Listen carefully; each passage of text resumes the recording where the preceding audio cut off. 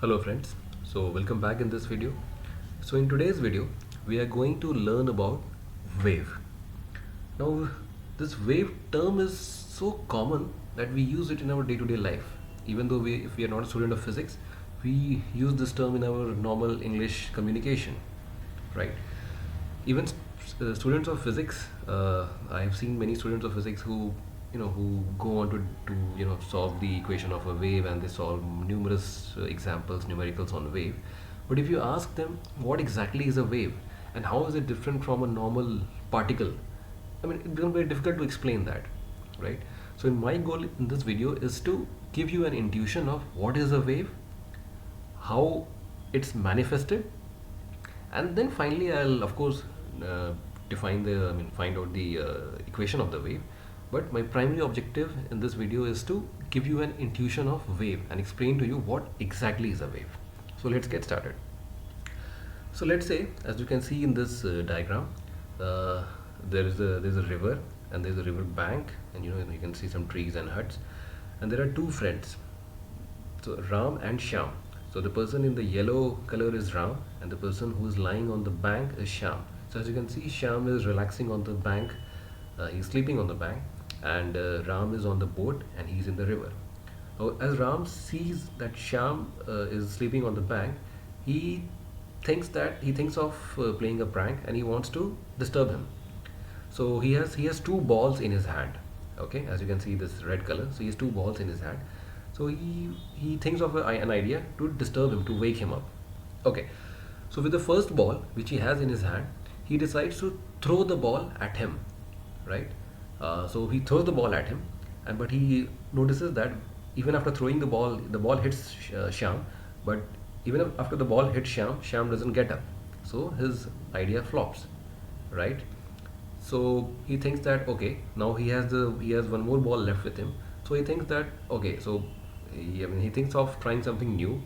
So he decides that okay, let me not this time throw the ball directly at Shyam.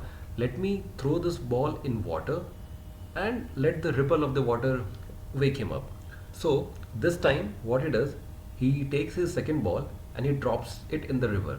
And as he drops this ball in the river, a few ripples, as you can see, gets created in the river, and that ripple hits Shyam also, and now Shyam gets up.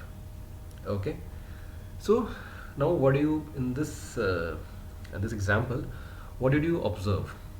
So we observed that Ram had two balls, and in a way he tried to disturb Shyam through two methods. So in the first method, he threw the ball directly at him. So in other words, when he threw the ball directly at him, what he did? So when he threw the ball directly at him, so the ball, as it, so the ball had some kinetic energy, right? So if we speak technically, when he throws the ball at him, so the ball has some kinetic energy. So when the ball hits Shyam, there is some kinetic energy of the ball, which there is some energy in the ball, which is kinetic energy, which hits Shyam, and which Ram thought that would wake him up because this will disturb Shyam. But that didn't happen, right? So in the second example, he decides to throw the ball in the water. Okay, so when he throws the ball in the water, what happens? These ripples get created. So what are these ripples? These ripples also contain some energy, right? Because if these ripples did not have any energy, do you think that this would have woken up Shyam? No. These ripples woke Shyam up because these ripples also had some energy. So now you can see, right? There are two ways energy can flow. The first case, when Ram throws the ball directly at Shyam, the kinetic energy of as the ball moves, the kinetic energy of the ball also moves along with it, right? So the energy of the ball is also moving. In the second example, these ripples which get created, through these ripples also energy is moving. So we see, right, there are two ways energy can move. Now the first example, the ball is a particle. So when Ram throws the ball at Shyam, the kinetic energy moves with the particle. In the second example, when Ram throws the ball in the river, these ripples which carry the energy, they are not particles which are carrying the energy. this the energy is getting carried by these ripples, which are nothing but waves, right? So wave is nothing but another way to transport energy from one part of space to another. Okay, that is number one. Number two, in the first case, when Ram threw ball at Shyam, the ball the ball changed its position. So the ball moved from Shyam to Ram.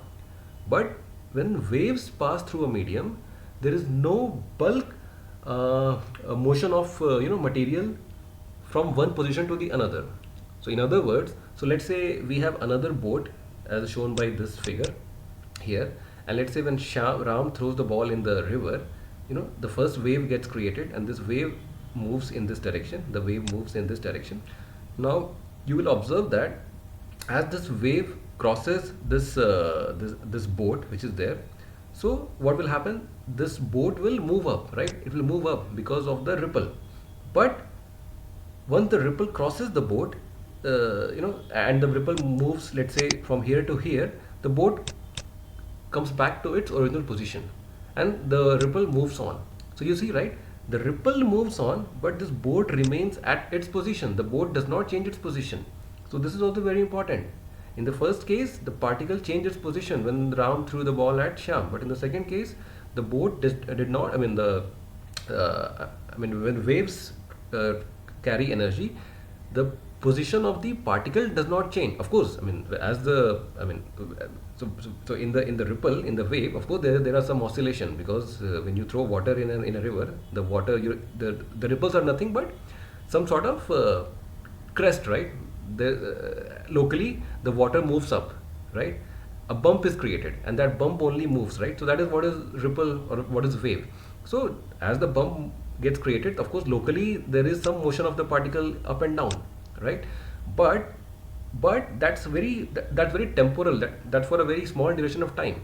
Once the wave moves on, the particle stop oscillating, and they come back to their original state, as we saw with this boat.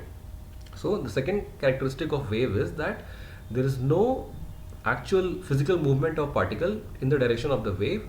I would say measured movement of particle in the direction of the wave. So these two are very important. So I think this example would have given you some intuition about wave. Now let me take another example which will further give you an intuition about wave. Okay. So now let's say there is a queue of people who are planning to take the ticket for a movie, and you have the movie guy, the ticket guy, sitting on the other side of the wall. So the problem is that this ticket guy is very slow, right? He is processing the tickets at a very slow speed. So the guy who is at the end of the queue, which is this guy, he gets very irritated. And when he gets irritated, what he does, he pushes the guy in front of him. So he pushes this guy, right? So as he pushes this guy pushes this guy, and this guy, so he gives him a jerk or a push. Now because of that, the second guy, this is the first guy, this is the second guy. The second guy gives a jerk to the third guy, and third guy gives a jerk to the fourth guy, and finally the last guy also feels the jerk. So as you can see, right, the first guy gives a jerk, and the jerk moves in this direction till it reaches the last guy, right? So the jerk has moved from first guy to the last guy, but you see, right, the first guy still remains at this position, the last guy still is at this position, and all the other people are also at their position. So there's no person changes his or her position, but still the jerk moves, right? So same thing happens in a wave, which I was trying to explain. So in wave also, the ripple or the disturbance moves in a particular direction, but there is no bulk movement of particle, right? So I hope that this would also have given you some intuition about wave. So now, having understood this, and having understood the phenomena of wave, and now we are able to better visualize wave. So now let's try to write a mathematical equation of wave. So which is very important, right? Because physics is all about developing a theory which explains natural phenomena, right? Because unless we create a model of wave, we will not be able to analyze wave and predict something about wave.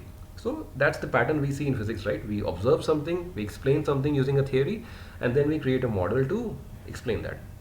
So now let's move to let's try to explain the find out the equation of a wave. So let's come back to our ripple example, water example.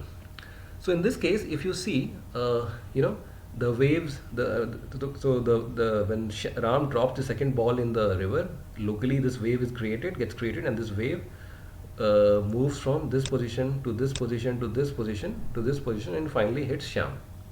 Okay, so so let's take this direction along which the wave moves as the x-axis, and this direction as the y-axis, the vertical direction.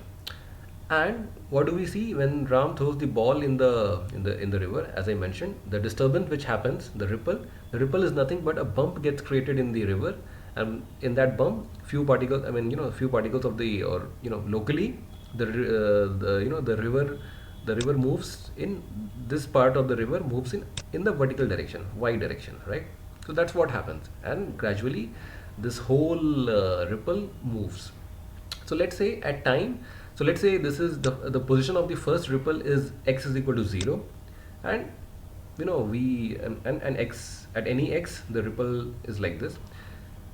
And let's say at time t is equal to small t, the first ripple gets created, right? And as the ripple moves in this direction till it hits Shyam, so of course as the ripple moves, the ripple will also have some velocity, right? So if the ripple has the velocity of v, right, so at a distance x, when will this ripple reach this distance x? So this ripple will reach this distance x at time t is equal to, capital T is equal to t plus x by v, right? Similarly, let's say at a distance of this is 2x, so this ripple will reach time distance 2x at a time t plus 2x by v, right? Now just I hope you are able to appreciate that there is only one ripple which is moving, because there is only one ball. Ram has dropped one ball in the river. So when Ram drops the ball in the river, the initial position of the ripple is this. Then gradually at time t is equal to x plus t plus x by v, that same ripple's position is this, and so on. The same ripple keeps on moving. So there are not multiple ripples, only one ripple is there. Initially its initial position is this, and gradually that ripple is moving and it is hitting Shyam, right? So that is very important. So now, since we have to find out the equation of a wave, so ultimately what do we need to find? We need to find at any given x and at any time t, what is the vertical, what is the y value of this ripple, because as I told you, this ripple is nothing but a bump, right? So this ripple is nothing but a bump which gets created here, which gets created here, which gets created here. So at any given x, we need to find the y value. If we are at any given x and t, we need to find the y value. If we are able to find that, we are able to find the equation of a wave. So we need to find y x comma t. So at any given x and t, what is the value of y? If we are able to find that, we are able to find the equation of a wave. So how do we do that? So as you observe that the first ripple, the initial ripple position is here, and at time t is equal to t plus x by v, the ripple position is here.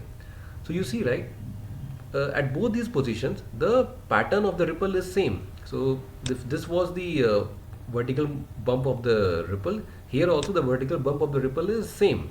You see, right?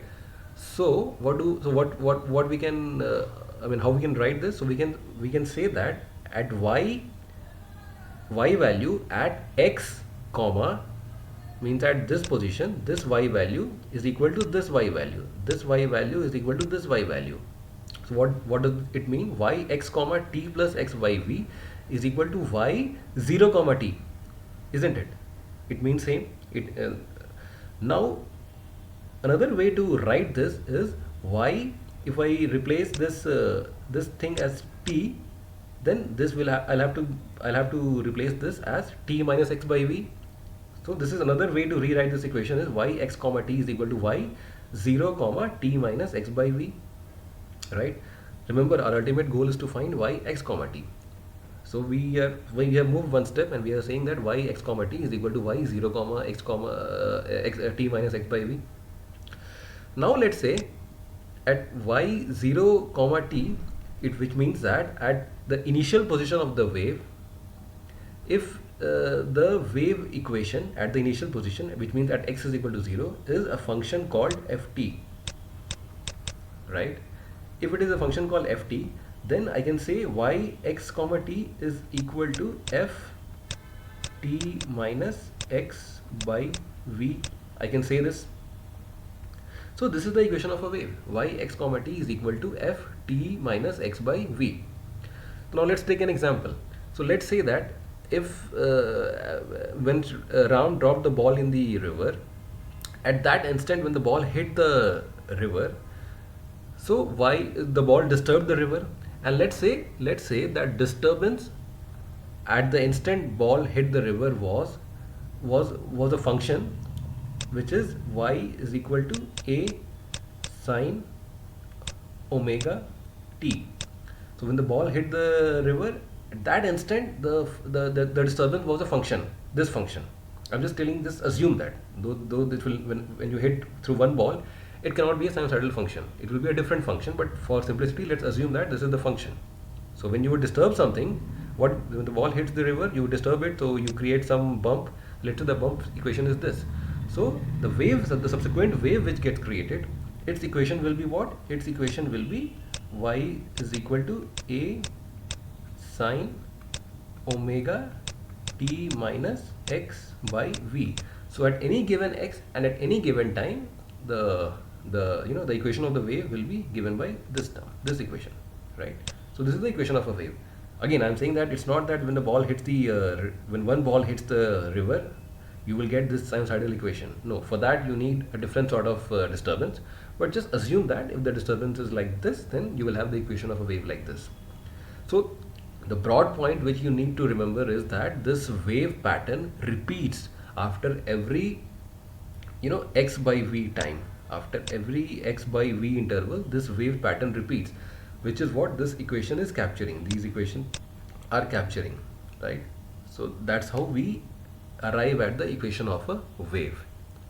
So I hope that you have understood the concept of wave. You have got the intuition of a wave, which is nothing but a disturbance, such that in that disturbance there is no movement of, there is no actual movement of the position of the particles from one place to the other. But this disturbance, wave is a disturbance which carries energy from one position to the another, right?